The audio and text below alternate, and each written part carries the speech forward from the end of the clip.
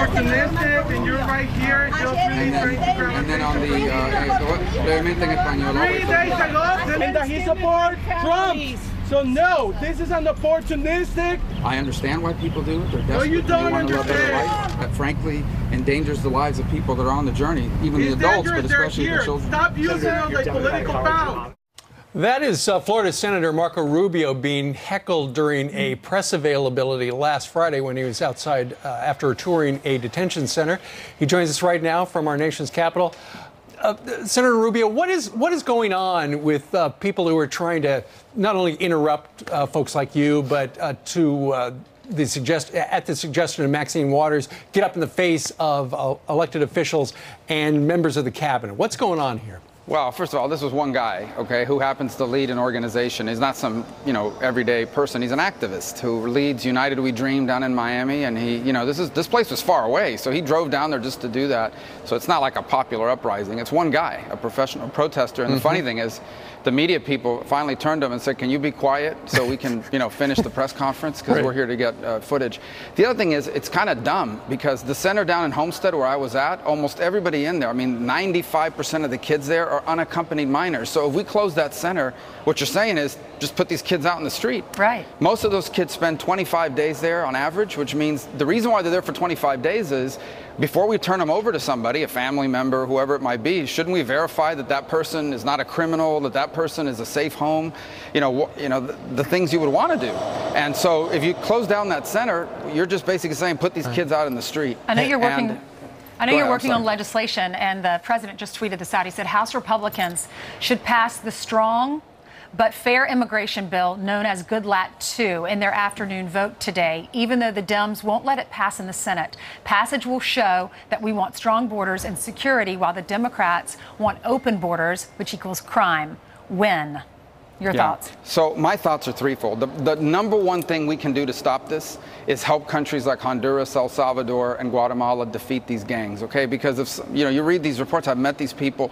Some gang cuts to you, it says, unless you pay us $1,000 a month, we're going to kill you and your family and close down your business. People are going to leave. That's just the way it is. And so the first thing we could do is help these countries defeat these gangs. You do that, and it stops this. That's why we don't have migrants from Costa Rica. We don't have a migratory problem from Paraguay.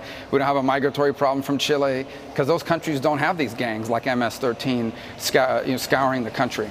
Number two is we have to send a message that we are a country where you no longer, just because you have a kid with you, are going to get to stay and be released, because that puts a premium on bringing children, but it actually turns children into a valuable commodity for traffickers to give to people, to kidnap and traffic in and so forth. And it encourages parents to bring children on a very dangerous journey. And the third thing is we have to have security. Irrespective of this border issue, we have to have security. We're a sovereign nation.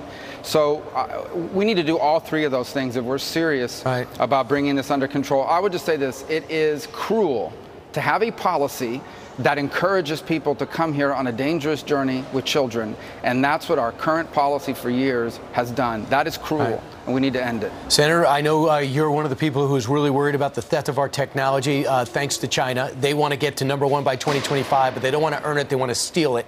So the president wants to crack down on technology and how they purchase and what would be going to be available. And now today in the Wall Street Journal, he seems to be backtracking, calling the additional crackdown a leak that might not be true.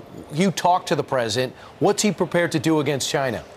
Well, I think this president is the only president that's been willing to confront China for what it is. For too long around here, both Republicans and Democrats haven't wanted to do it. And I think this is our last chance to get it right.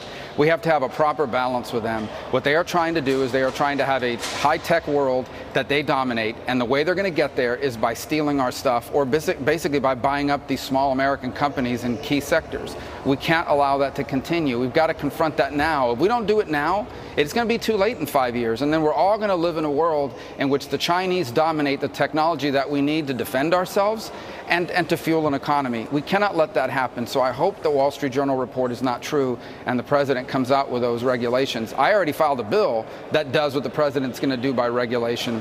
And that's what we need to do, and I really hope he's not backing down. I hope he does it. And I hear Democrats are behind you. Senator Schumer has spoken out in favor of this, in general, the crackdown. Could you actually get Democrats on the same page as you?